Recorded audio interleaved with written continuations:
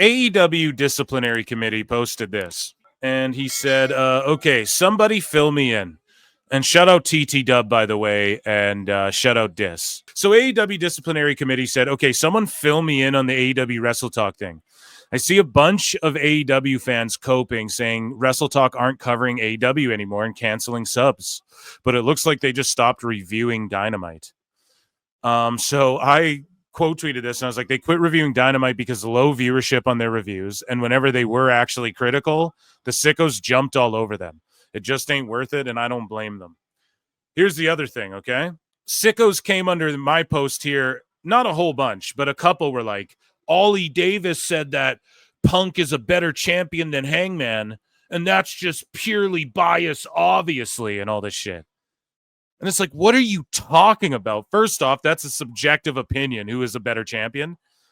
But secondly, it's like, what are you talking about? How is that all of a sudden bias? Now, that's clearly bias. And who knows? Maybe this person's just a delusional sicko, mental illness or something. But some people don't get it. Like, they think if you're critical of something, that means you hate or have an automatic bias or just don't want something to be better or aren't a fan of said thing. It's so dumb, man. It's the stupidest thing ever. But yeah, that's what happened. They quit because look at the views and shit. Now, I didn't post a picture, but disciplinary committee, leave it to Dis. He does it.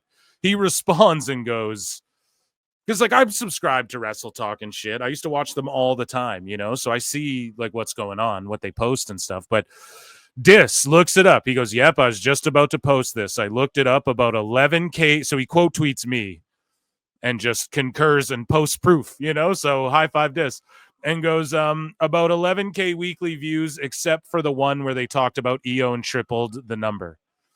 Right? So just whenever they talk about Hurt Syndicate breaking up and shit, it just gets less views than the WWE stuff, which is obvious. But for them, WrestleTalk, like, damn, I got to be honest, man, for their numbers just in general aren't. Now, people would go, well, you don't even have these numbers. Yeah, but I'm building. Like, I'm still growing every day by day and every month, you know, month over month. I'm still growing, right?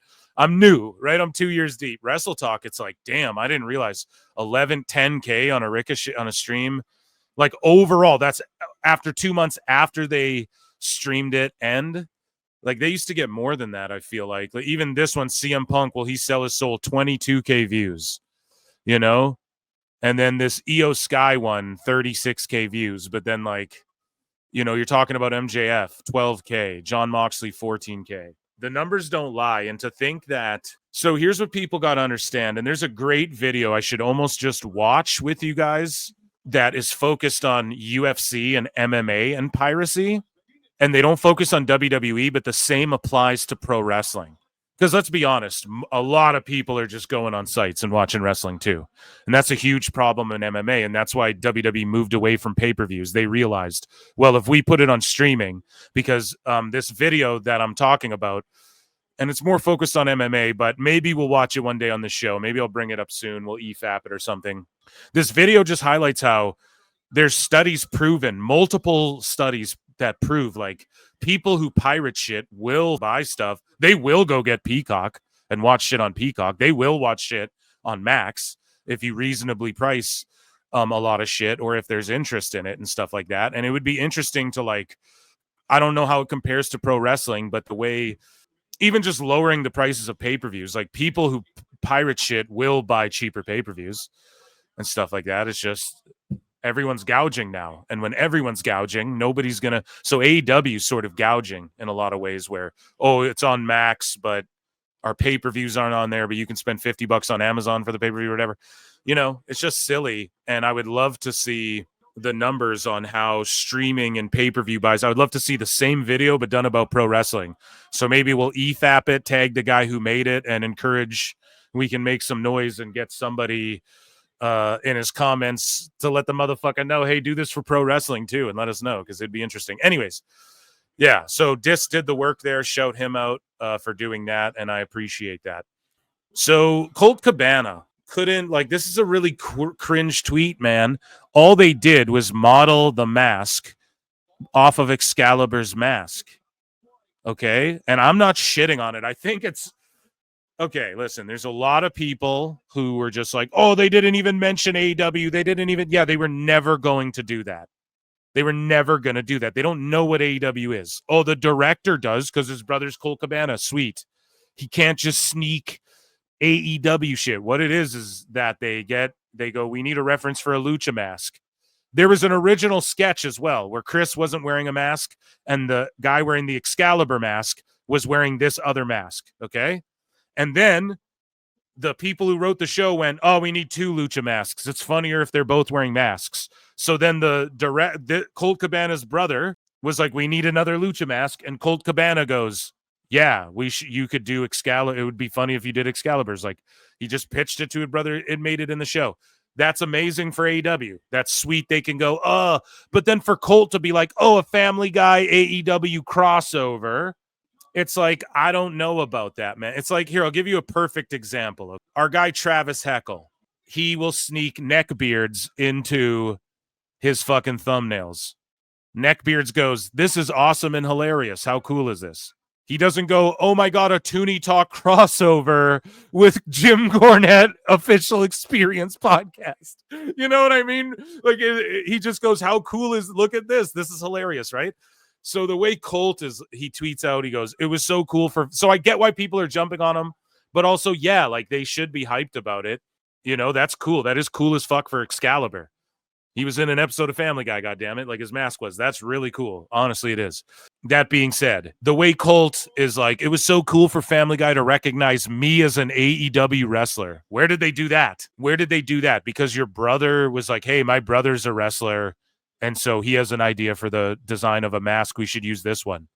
That's how they acknowledged you as a, Cabana's sitting here. He's got his one up like fucking Roman Reigns. And he's like, Fox and Seth MacFarlane. Acknowledge me. Like, bro, no. As an AEW wrestler and shut up Excalibur and want to do this huge AEW Family Guy crossover. No, it's not a huge crossover. They Easter egged some AEW shit because your brother knows what AEW is. That's awesome. It's not a crossover. A lot of hard work went into making this happen. I doubt a lot of hard work went into it. I bet you there were some sketches thrown, like, hey, did we nail it? I bet their animators nailed it on the first, or there was maybe one tweak.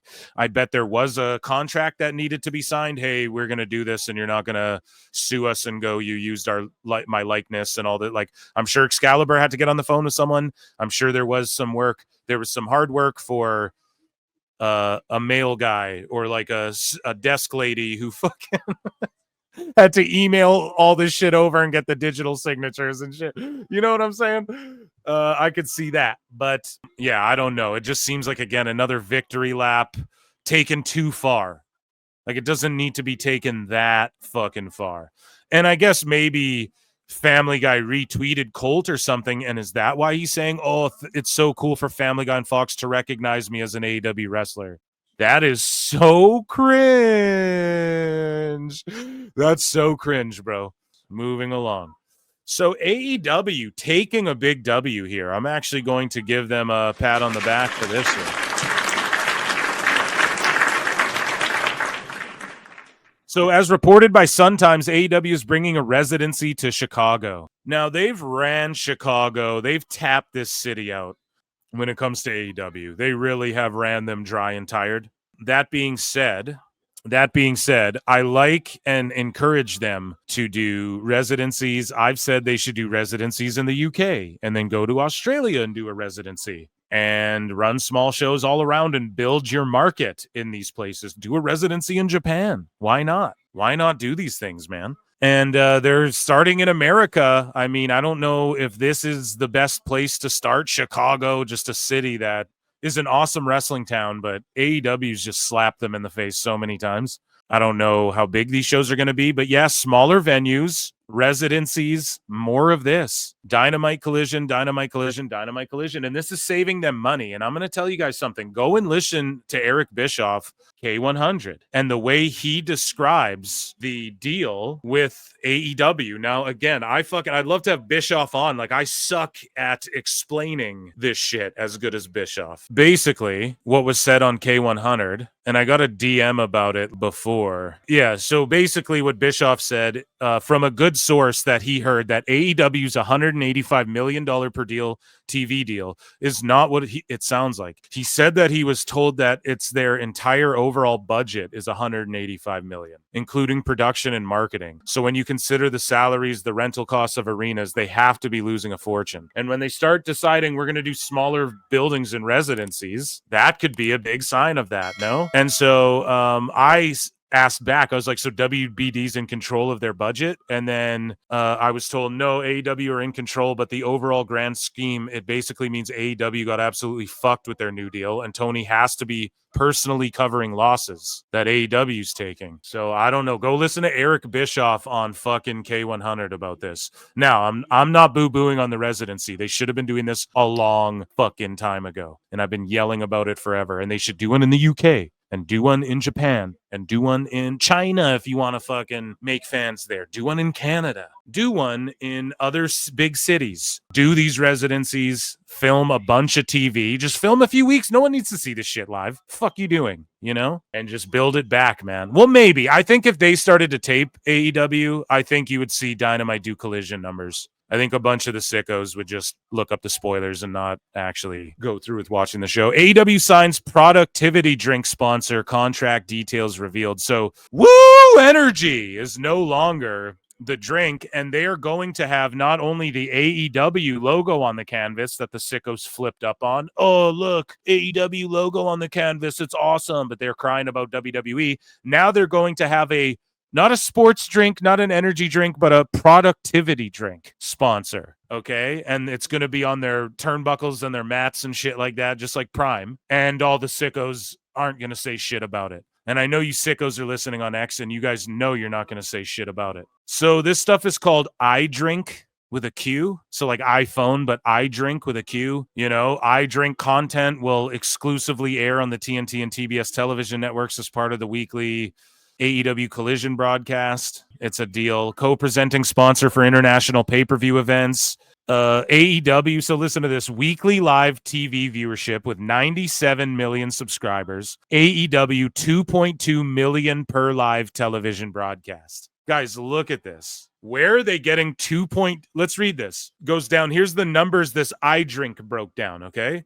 Access to over 19,000 plus doors for direct on the shelf iDrink sales in the USA. Weekly live TV viewership with 97 million subscribers on WBD. So where's all the subscribers they lost? Wasn't it 117 million that we covered on this show? We read some source saying, oh, they have 117 million. I'm pretty sure when Switchblade did the fucking math on that, he had like 100 and some million people subscribed to Max or whatever the fuck. So WBD only has 97 million.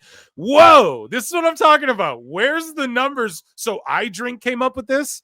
We're reading F4W online, by the way. So what the fuck, man? So they only have 97 million on what? For WBD? Is that not including one of the HBO or some shit? We're going to talk about that in a bit because it's becoming Phil Don't Miss again all the time when it comes to this Warner shit, folks. AEW 2.2 million per live television broadcast. 2.2 million? What are they talking about after the basketball game and they get the 1.3 lead in plus Dynamite?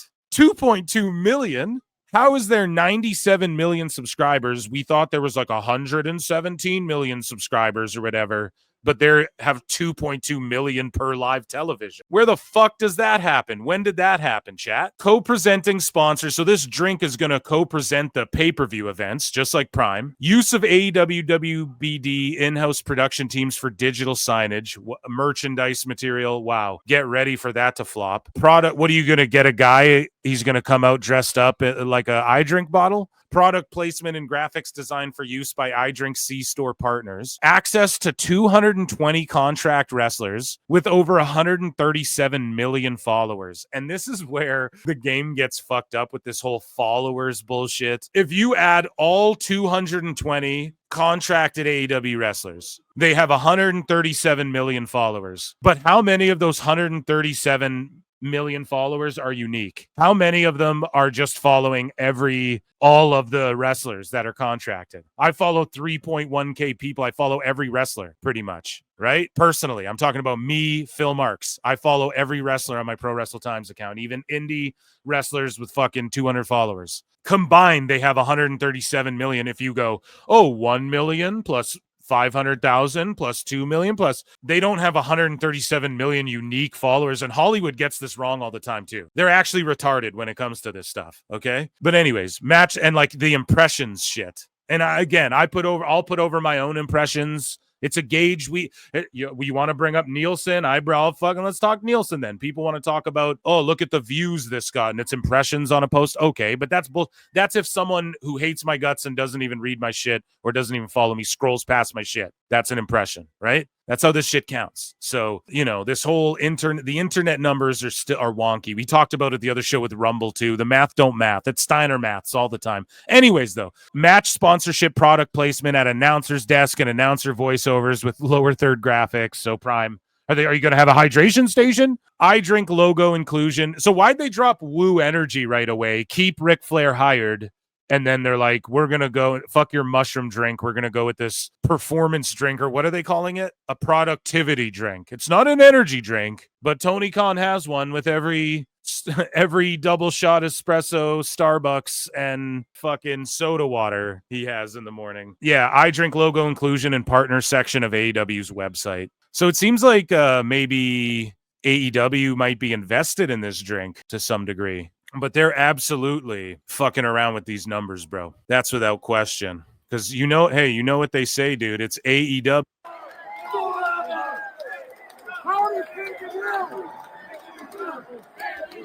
The commercial is Tony Khan sweating. You guys remember those old Gatorade commercials where like they sweat, where it's in black and white, but then the athletes sweat the color of the Gatorade they're drinking in the commercial? The I drink commercial is Tony Khan. Like it's this in slow motion, but in black and white zoomed in on him. Slow motion of him beating his chest. Yeah, like Michael Jordan.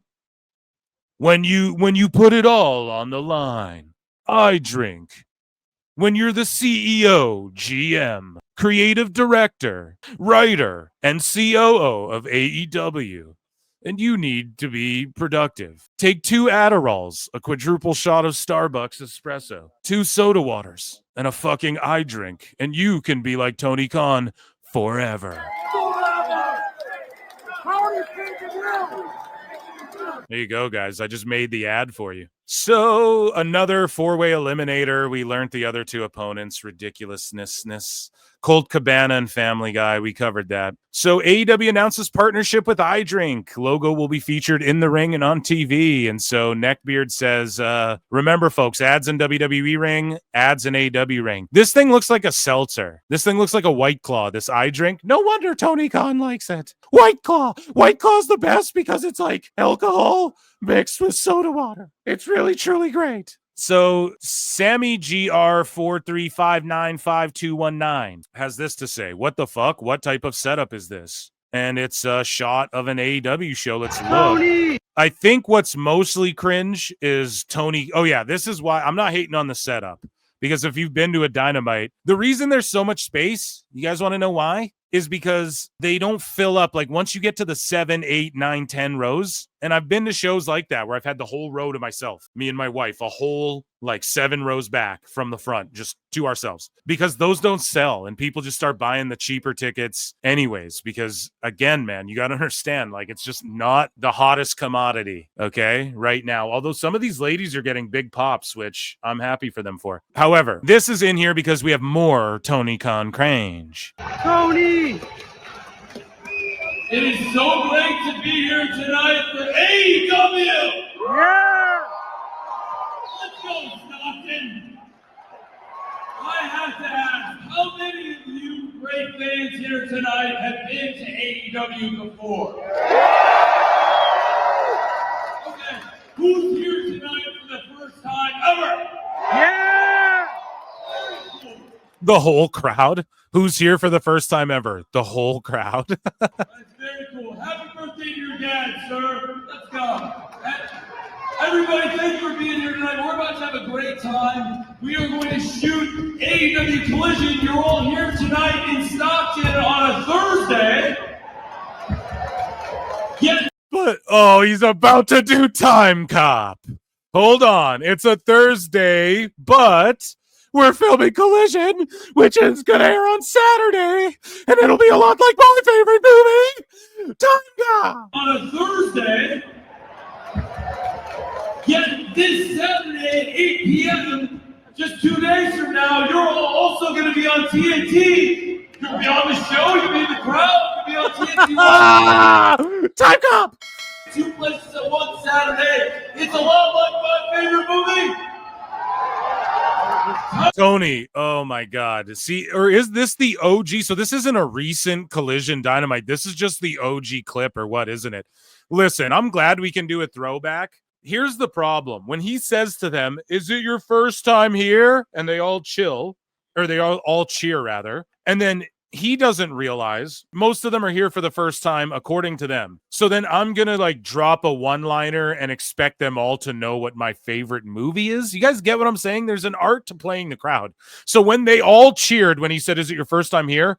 Don't then like do this to the Titantron guy and change the fucking direction of the thing. Like, don't sit there and go, oh, you'll be at 2 places at once, like my favorite movie. Then look at the crowd and expect them to fucking know what you're going to say. They all just cheered and said it's their first time being at an AEW show. How are they supposed to know about that your favorite movie's Timecop? Crazy. Anyways. The crowd could be on TNT watching. You'll be at 2 places at one Saturday. It's a lot like my favorite movie.